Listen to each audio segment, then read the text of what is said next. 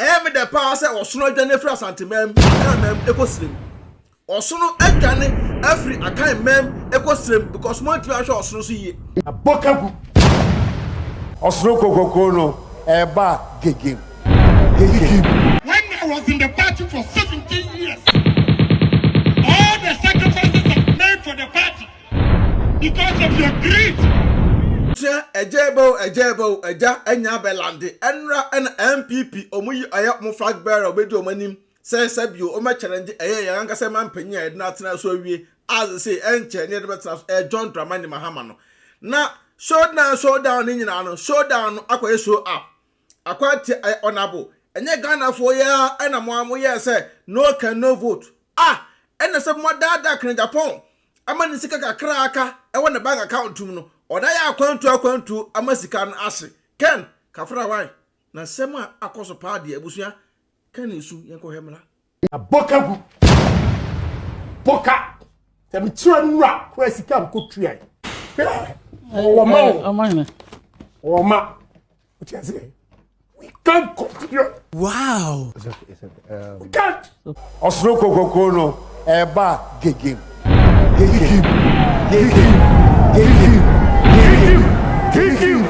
I'm confident that Bawumia will be able to unite this party with the assistance of Kennedy Ohene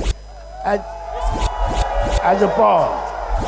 the assistance of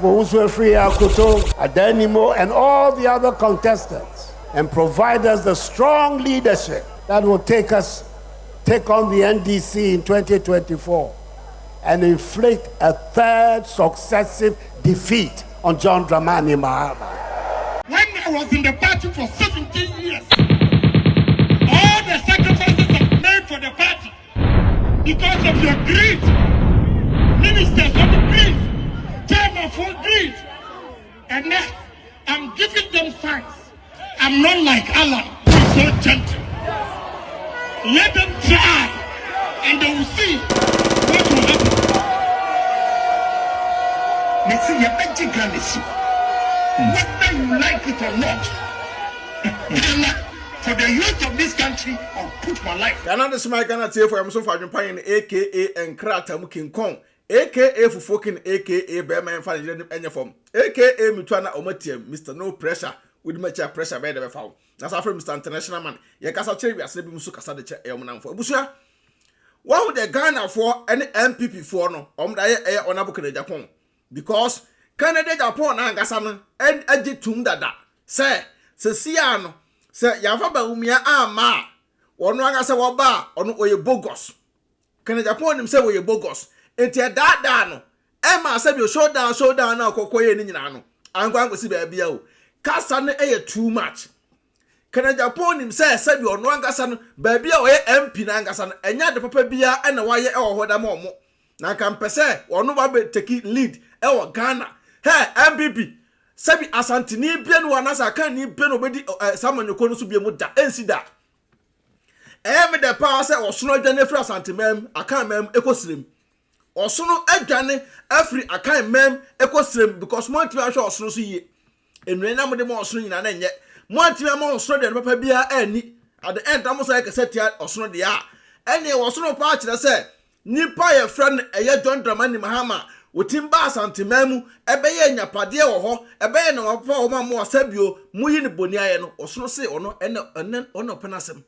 nti Osono ekosrem esrem enwan ese Bawumia na ebedi MPP animu they say the political party egu ye gunu kire say ye gunu e the free sa account for num ye gunu e the free sa asante for na na no can no vote na asante for na ana account for na mo ye no can no vote na wai kan Japan onwo wie ye so wa hunu awie ye una akwotena na tribalism ena ma vote ma me akonwa na ekodisrem akwakodi wo kasa na too much na me ma showdown fe na showdown kwakwotene wa no da bunya hunu hwe kan Japan won say wa ngasa no aba no tama mokohia ya na nado ekasa of peace no people na mo sensan no saada no ena wo te ase say wa ngasa ofeli Ghana for na abanam koto ye nya no mo kan yo me kan okro bi da kirew abanam koto ye no enye no mo kan e wo ho enti wei ena say gina so ema mi no NDC for me wo say NDC for we brani age say de Bawumia aba nti Bawumia aba dia aba na so na simple de mo to mbo ase me kan se mi da kyerɛ mo ha Bawumia ne Akufo-Addo no omo amadu no say Ghana kunya no omunya ma obia Bawumia ene na Akufo-Addo no omo amadu no say kwam fa so bia na say breaking the eight omo breaking but adwuma say bi say NDC for ye kambom ne ye no ano eden pa enye simple sa o enu ta me adwempan no me ba no bekam no kora na me kɔ says ene ye tra ama sabi ani age ajubileti say ene sabi John Dramani Mahama afa wia enye simple sa no kropa na me ka kyerɛ mo no Mahama ba betra so ban transfer na Mahama ba betra kunya no so no eya adwumaden ne ye twɛn so mbeyi obi a o ba be flag bearer e wo MPP anim ansa na agro na starte Jafei ene hu se omudi Bawumia ena abade a sabi esa afei ena endis for ne me bre eso na enya sabi afei ne ba betena ase ena we akoyese na we akoyese dabi because we won say the we a omusi edre kan Agyapong no the we omusi tricky no sa tricky na no moyo omadwo say omende ba at the end because say Bawumia ko gina ayi puppet so a and say Bawumia ko gina ba bi na oye campaign a dey ba say na Bawumia beka because Ghana for so my brother Bawumia but MPP for no I want to say at the end o me wi abanim sa no way wadwene te ese NDC for no when ese me ni dey ekomo because ene no so betena bonten na be yese ena an ye hia obi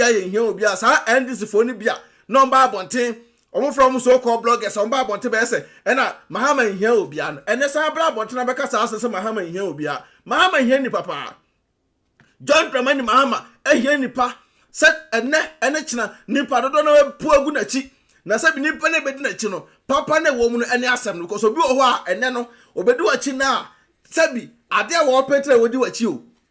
no kra bi na make a kire mu no afei na campaign ebe start afei na agro no ebe start afei na cancel ni be de nta afei ene sabi wo odo bi esho a yasa we de eso show odo no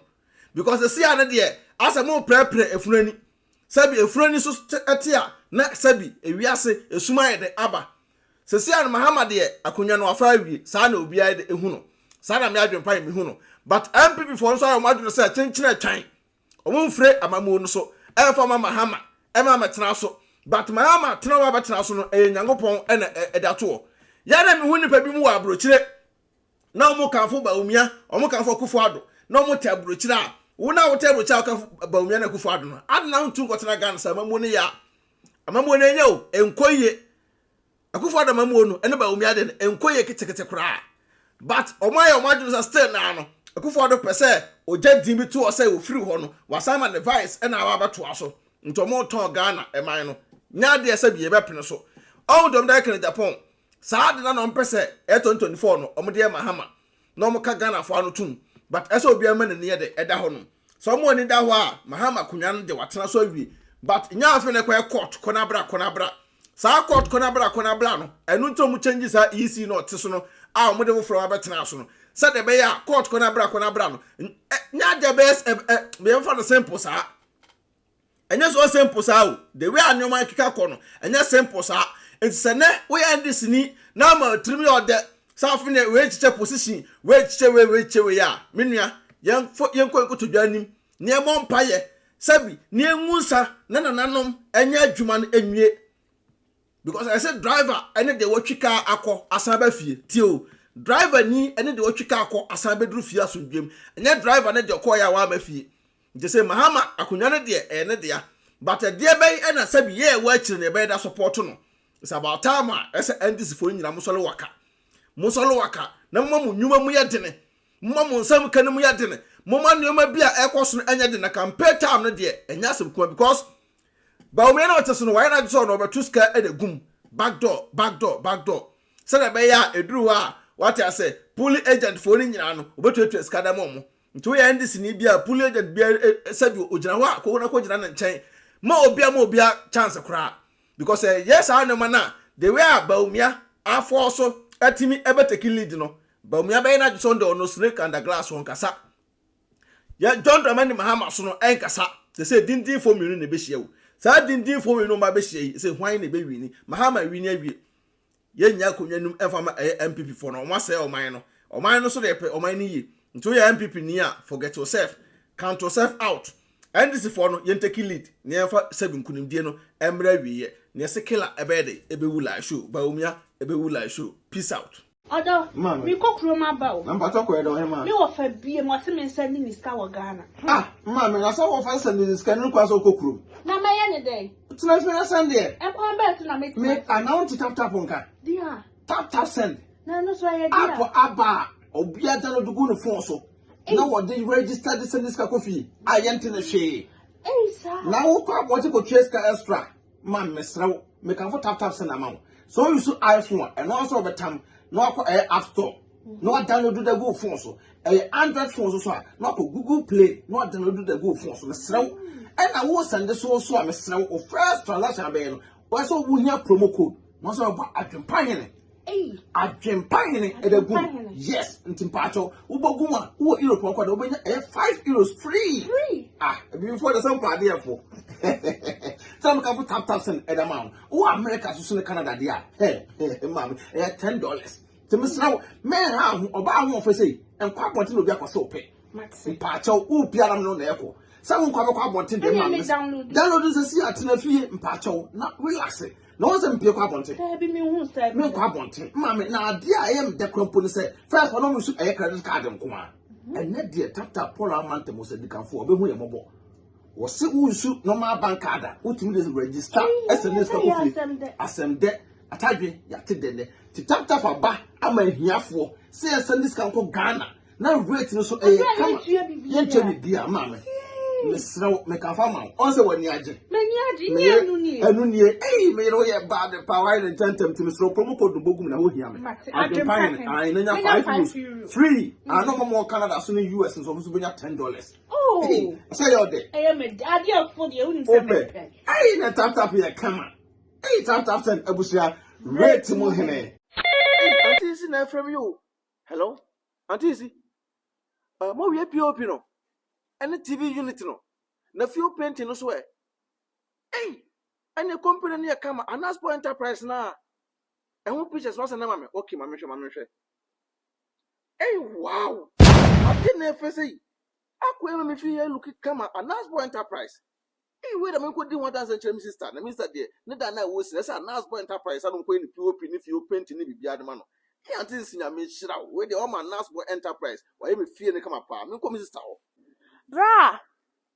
what drew hanom okay enche obedru ha wo o ma wie POP no o ma send you pictures me de ye ntam na fa pictures ne be che na me dem talk up pentem sa aye fe wo ho mesro fa brem ye ntam atumrika why na me dem e twa me gina ha e twa why sister yeah me come me POP ne wo he sister so to me say me talk up Anaspo Enterprise sister me so POP ne pa de sister ti wo de POP no hwe na e twa gu POP ni no ma ye na sa TV set no so na kitchen no so na aye sister no ma ye fie wonum bibia Anaspo Enterprise usi fie na person me POP ma wa Anaspo Enterprise be yo POP ama omo sa aye TV unit e ka ho omo sa to fie house nyina Anaspo be sa your kitchen ama Anaspo assign I do windows assign she wo dan nyina glass na window no ko mo ya sister what to type a open no ma estimate na omo mo to 70% ye se be sika ne we de omo number wa he omo number ne good screen so e twa gu no omo number ne gu so e twa gu no timi sra Anaspo Enterprise and once omo chira omo say Agyapong TV na say be POPs di omo ye POPs number 1 POP looking kon na ni ade de wo Anaspo Enterprise o charge wi a ono na ko fa na nioma efiri baabi abuchire e de ba Ghana wow na omo sa no afo na go PO ami hwe ni POP si we na sister mesra wo dan na wo si no mesra nya mistake fa come Anaspo Enterprise baabi be show mo sa na ko kitchen TV set bibia wow POPs large system ni bibia o me san atofo ta bibia ma na windows be efe sister Anaspo Enterprise there mesra wo omo ye king kong dream ka na me ba be ka kire no mesra ma me nya na me de na ye na ko from the wo kwa edema refi AdwenepaheneTv no say BeckyTv benya discount kama Anaspo Enterprise omo ye king kong sister na ko be me say bra ka me ba wo asema ato me me say mabusuafo afre me enyo ya ka kire me say me dan na me boss 1 month ago no enyunugu awuda na wusi ne Ghana no me say enyunu ana se wan for company papa Coffee never na for sister. I don't want Destiny Roofing and Steel Trusses anchor. Destiny Roofing and Steel Trusses, almost Ghana, sister, a band down so border number 1. And almost sign a border so a 30 years warranty. 30 years. Now we can unique Destiny Roofing and Steel Trusses, the common as I could pass our boss amawu. And a tea or move border and so on free estimate. Free estimate. And no more down so much boss amount say Kimwa, almost soon that year. Sister, and almost say soon ya. And we are almost send a drum and say pick up and pro. And can come pull Roma and pro. No more brochure and a walk of a carpenter, you or say and quite check about Dasso. Wabra Destiny Roofing and Steel Trusses, sister, Mr. Udru a class a pet. Uko a cancer pocriase. Amamole Canada Johnson. A crapocracy, ya. Amamole Canada Johnson. Udru was super Destiny Roofing and Steel Trusses, sister. Or Matuka, a free estimated amount. Or be a table richly. And now for carpenter no search, sister, Mr. Make for the amount until we didn't harm cry. It was all boca, and yashi, but Destiny ever John qua. Destiny ever more bibiato, qua was a oppressor, open estimator, or whomaton. Into dinner air at BeckyTv, I said BeckyTv. What said the way to my sister, or my Tom was a show. Come on. No, we will tell you trouble, Cassidy. And I won't go for Destiny Roofing and Steel Trusses and more dazzle. Sister, may come for the amount and how crap. Yes, number. Number and a good screen, so. Email address and a good screen, so a tribunal. So I test on my board down some 30 years warranty. 30 years we will. Now wait until how was sister. Mr. On board down some our own, a cooler. One to fire more than Crumpuna or down better. And on down some boss and so try net to tell. On board down some Debbie. On board down some mother show up brutally. Destiny not in on mother show up brutally. On board down so I would a fool. And yet to my comfort amount to them, so what you know, Ancasa Aquanity straight. I was for beginning. For 1 year beginning. South Pepper. Make a fool I had the amount. To a part, your former number no sooner say Kagun. Email address and say Kagun. Sister. Abusia, Destiny Roofing Sheet and Trusses. Omoba Magana for AdwenepaheneTv, Otwa Super Kwabra for why kwa bibrim han bafo. Otwa burumu odi putupurie buruburu ma mansan wo fufuo